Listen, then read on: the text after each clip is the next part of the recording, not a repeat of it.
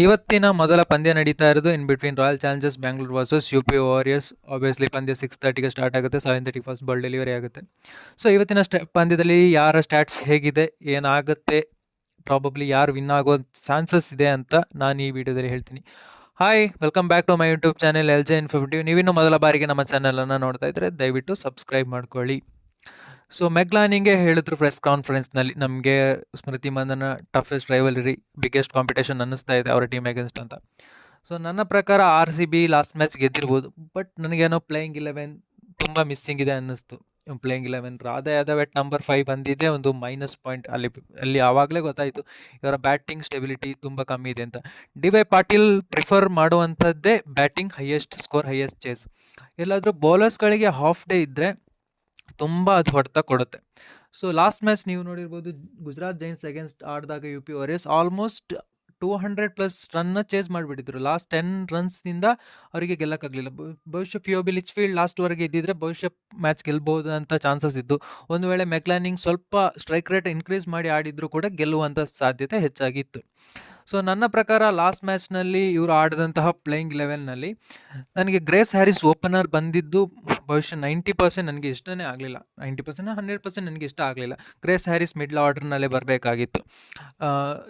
ಮತ್ತು ಇವರು ಎಲಿಸಿ ಸ್ಮಿತ್ನ ಕೋಚ್ನೆಲ್ಲ ಹೇಳಿದ್ದಾರೆ, ಬಹುಶಃ ಬೌಲಿಂಗ್ ಕೋಚ್ ಬರುವಂಥದ್ದು ಇಂಗ್ಲೆಂಡ್ನಿಂದ, ವಿಮೆನ್ಸ್ ಬೌಲಿಂಗ್ ಕೋಚ್. ಅವರು ಇಂಗ್ಲೆಂಡ್ ಟೀಮ್ನ ರೆಪ್ರೆಸೆಂಟ್ ಮಾಡಿರೋರು.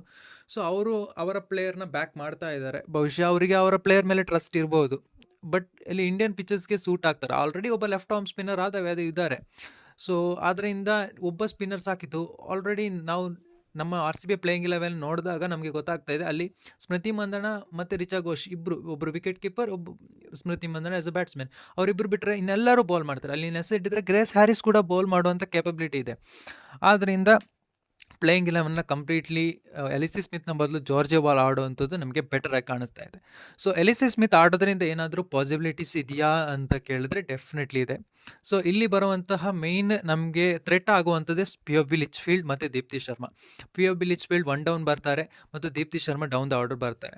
ಸೊ ಇವರಿಬ್ಬರನ್ನ ಅಗೇನ್ಸ್ಟ್ ಎಲಿಸಿ ಸ್ಮಿತ್ ಚೆನ್ನಾಗಿ ಬಾಲ್ ಮಾಡಿ ಇನ್ಫ್ಯಾಕ್ಟ್ ಅವರ ವಿಕೆಟ್ ತೆಗೆದುಕೊಟ್ರೆ ಬಹುಶಃ ಅದೆಲ್ಲೋ ಪಾಸಿಟಿವ್ ಸೈನ್ ಆಗ್ಬೋದು. ಇನ್ ಕೇಸ್ ಇವರು ಆಡಿದಾಗ ಅಕಸ್ಮಾತ್ ಏನಾದರೂ UP ವಾರಿಯರ್ಸ್ ಹೈಯೆಸ್ಟ್ ರನ್ಸನ್ನು ಸ್ಕೋರ್ ಮಾಡಿದರೆ ಬಹುಶಃ ಇಲ್ಲಿ ಕಷ್ಟ ಆಗಬಹುದು RCBಗೆ ಚೇಸ್ ಮಾಡೋದಕ್ಕೆ. ಯಾಕಂದರೆ ಇವರ ಬ್ಯಾಟಿಂಗ್ ಡೆಪ್ತ್ ಕಾಣಿಸೋದಿಲ್ಲ. ಸೊ ನದೀಮ್ ಡಿ ಕ್ಲಾರ್ಕ್ ಇದ್ದಾರೆ, ರಿಚಾ ಘೋಷ್ ಇದ್ದಾರೆ. ಬಹುಶಃ ನಾನು ಲಾಸ್ಟ್ ಮ್ಯಾಚ್ ಅನ್ಕೊಂಡೇ ಇರಲಿಲ್ಲ ರಿಚಾ ಘೋಷ್ 6 ರನ್ಸ್ಗೆ ಔಟ್ ಆಗ್ತಾನೆ. ಕಂಪ್ಲೀಟ್ಲಿ ಪ್ರೆಷರ್ ಏನಾಗಿತ್ತು ಅಂದರೆ ಅದು ನದೀಮ್ ಡಿ ಕ್ಲಾರ್ಕ್ ಮೇಲೇ ಬಿದ್ದಿತ್ತು. ಬಟ್ ನದೀಮ್ ಡಿ ಕ್ಲಾರ್ಕ್ ತುಂಬ ಎಕ್ಸ್ಪರ್ಟ್ ಇದ್ದಾರೆ. ಅವರು ತುಂಬ ಟೈಮ್ ಟು ಟೈಮ್ ಏನು ಮಾಡಬೇಕು ಅಂತಲೇ ಹೇಳ್ತಾರೆ. ಸ್ಲೋಲಿ ಆಡ್ಕೊಂಡು ಬಂದು ಅವರು ಕರೆಂಟ್ಲಿ ಒಂದೇ ಸಲಕ್ಕೆ ಶಿಫ್ಟ್ ಬೈ ಶಿಫ್ಟ್ ಆಡ್ಕೊಂಡು ಹೋಗ್ತಾರೆ, ಚೇಂಜ್ ಮಾಡ್ತಾರೆ. ಸೊ ಆದ್ದರಿಂದ ಅವ್ರು ಎಲ್ಲ ಮ್ಯಾಚ್ ಅದನ್ನ ಮಾಡೋಕ್ಕಾಗೋದಿಲ್ಲ. ಬಹುಶಃ ಸೌತ್ ಆಫ್ರಿಕಾಕ್ಕೆ ಕೂಡ 2-3 ಮ್ಯಾಚ್ ಅಷ್ಟೇ ಮಾಡೋಕ್ಕಾಯ್ತು. ಯಾಕಂದರೆ ಪ್ಲೇಯರ್ಸಿಂದ ಕಾಂಟ್ರಿಬ್ಯೂಷನ್ ಜಾಸ್ತಿ ಬೇಕಾಗುತ್ತೆ ಡೌನ್ ದ ಆರ್ಡರ್. ಒಬ್ಬರ ಕೈಯಲ್ಲೇ ಎಲ್ಲವನ್ನ ಹೋಗೋಕ್ಕಾಗಲ್ಲ. ಸೊ ಈ ಕಡೆ UP ವಾರಿಯರ್ಸ್ನ ತಗೊಂಡ್ರೆ UP ವಾರಿಯರ್ಸ್ ಅಷ್ಟು ಸ್ಟ್ರಾಂಗ್ ಆಗಿ ಕಾಣ್ತಾ ಇದೆ ಆಕ್ಷನ್ ಡೇಯಿಂದನು. ಯಾಕಂದರೆ ಓಪನ್ ಆಗಿ ಬರುವಂತಹ ಮೆಗ್ಲಾನಿಂಗ್ ಎಕ್ಸಲೆಂಟ್ ಫಾರ್ಮ್ನಲ್ಲಿದ್ದಾರೆ. ಅವರು ರಿಟೈರ್ಡ್ ಇಂಟರ್ನ್ಯಾಷನಲ್ ಕ್ರಿಕೆಟ್ 2-3 ವರ್ಷದಿಂದ ಆಡ್ತಾ ಇದ್ದಾರೆ ಅಂತ ಅನ್ನಿಸ್ತಾ ಇಲ್ಲ. ಆ ರೀತಿಯಲ್ಲಿ ಆಡ್ತಾರೆ ಮೆಗ್ಲಾನ್ನ ಜೊತೆ ಓಪನ್ ಮಾಡೋದು ಕಿರಣ್ ನಾವ್ಗೆರೆ, ಅವರು ಕೂಡ ಅಷ್ಟೇ ಪವರ್ ಹಿಟ್ಟಿಂಗ್ ಮಾಡ್ತಾರೆ. 1 ಡೌನ್ನಲ್ಲಿ POB ಲಿಚ್ಫೀಲ್ಡ್ ಬರ್ತಾರೆ. ಸೊ ಇವರು 3 ಜನ completely good at cricket. Kiran Navgire ಸ್ವಲ್ಪ ಮೈನಸ್ ಇರ್ಬೋದು, ಬಟ್ ಒಳ್ಳೆ ಪವರ್ ಹಿಟ್ಟಿಂಗನ್ನು ಮಾಡ್ತಾರೆ. ಬಟ್ ನಂಬರ್ 4ನಲ್ಲಿ ಬರುವಂತಹ ಹರ್ಲಿನ್ ಡ್ಯುಯಲ್ ಅವರು ಕೂಡ ಚೆನ್ನಾಗಿ ಬ್ಯಾಟ್ ಮಾಡ್ತಾರೆ. ಸೊ ಡೌನ್ ದ ಆರ್ಡರ್ ಬರುವಂತಹ ದೀಪ್ತಿ ಶರ್ಮಾ, ಡಿಯಾಂಡ್ರಾ ಡಾಟಿನ್ ಮತ್ತು ಇನ್ನು ಹಲವಾರು ಪ್ಲೇಯರ್ಗಳಿದ್ದಾರೆ. ಸೊ ಅಲ್ಲಿ ಡಿಯಾಂಡ್ರಾ ಡಾಟಿನ್ ಮತ್ತು ದೀಪ್ತಿ ಶರ್ಮಾ ಮತ್ತು ಸೋಫಿ ಎಕಲ್ಸ್ಟನ್ ಇವರ ವಿಕೆಟ್ ತುಂಬಾ ಮುಖ್ಯ ಆಗುತ್ತೆ. ಇವರನ್ನು ಕಟ್ಟಿ ಹಾಕೋದು ಬಹುಶಃ ಲಾಸ್ಟಿಗೆ ಸ್ಪಿನ್ನರ್ಸ್ನೆಲ್ಲ ಇಟ್ಕೊಂಡ್ರೆ Deandra Dottin boundary definitely clear ಮಾಡ್ತಾರೆ. ಸೊ ಆದ್ದರಿಂದ ಇಲ್ಲಿ ಬ್ಯಾಟಿಂಗ್ ಸ್ವಲ್ಪ ಸ್ಟ್ರೈಕ್ ಮಾಡಬೇಕಾಗುತ್ತೆ, ಹೈಯೆಸ್ಟ್ ಸ್ಟ್ರೈಕ್ ರೇಟ್ ಇರೋರನ್ನೇ ಆಡಿಸ್ಬೇಕಾಗತ್ತೆ. ಗ್ರೇಸ್ ಹ್ಯಾರಿಸ್ ಮತ್ತು ಸ್ಮೃತಿ ಮಂದನ ಒಳ್ಳೆ ಸ್ಟಾರ್ಟ್ ಕೊಟ್ಟು ಒಂದು 80 ರನ್ಸ್ ಪ್ಲಸ್ ಪಾರ್ಟ್ನರ್ಶಿಪ್ಪನ್ನು ಕೊಟ್ಟರೆ ಬಹುಶಃ ಗೆಲ್ಲೋ ಅಂಥ ಸಾಧ್ಯತೆ RCBಗಿದೆ. ಆ್ಯಂಡ್ ಇದೇ ಪ್ಲೇಯಿಂಗ್ 11ನಲ್ಲಿ ಹೋಗ್ತಾರೆ ಅಂತ ಹೇಳಿ ಎಲ್ಲಾದರೂ UP ವಾರಿಯರ್ಸ್ ಫಸ್ಟ್ ಬ್ಯಾಟ್ ಮಾಡಿದ್ರೆ ಬಹುಶಃ RCB ಸೋಲುವಂಥ ಸಾಧ್ಯತೆ ಹೆಚ್ಚಾಗಿದೆ. ಯಾಕಂದರೆ ಹೆಚ್ಚಾಗಿ RCB ಒಂದ್ಸಲ ಟ್ರೋಫಿ ಗೆದ್ದಿದ್ದು ಬಿಟ್ಟರೆ ಯಾವ team against single handedly dominate ಮಾಡಲಿಲ್ಲ. RCB ಕಮ್ಮಿ ಡಾಮಿನೇಟ್ ಮಾಡಿದೆ. ಸೊ ಆದ್ದರಿಂದ ಇವರು ಎಲ್ಲವನ್ನ ನೋಡ್ಕೊಂಡು ಆಡಿಸ್ಬೇಕಾಗುತ್ತೆ. ಸೀಸನ್ 1ರಲ್ಲೂ ಇದೇ ಪ್ರಾಬ್ಲಮ್ ಆಗಿತ್ತು. ಯಾಕಂದರೆ ಶ್ರೇಯಾಂಕಾ ಪಾಟೀಲ್ ಮತ್ತು ಆಶಾ ಶೋಭ್ನಾ ಅವ್ರನ್ನ ಫಸ್ಟ್ ಇನಿಷಿಯಲಿ ಇಳಿಸಲೇ ಇಲ್ಲ. ಸೊ ಅವ್ರು ಲಾಸ್ಟಿಗೆ ಅವ್ರು ಚಾನ್ಸ್ ಕೊಡ್ತಾ ಬಂದರು. ಲಾಸ್ಟಿಗೆ ಅವರು ಪರ್ಫೆಕ್ಟ್ ಪ್ಲೇಯಿಂಗ್ 11 ಇಳಿಸಿದ್ರು.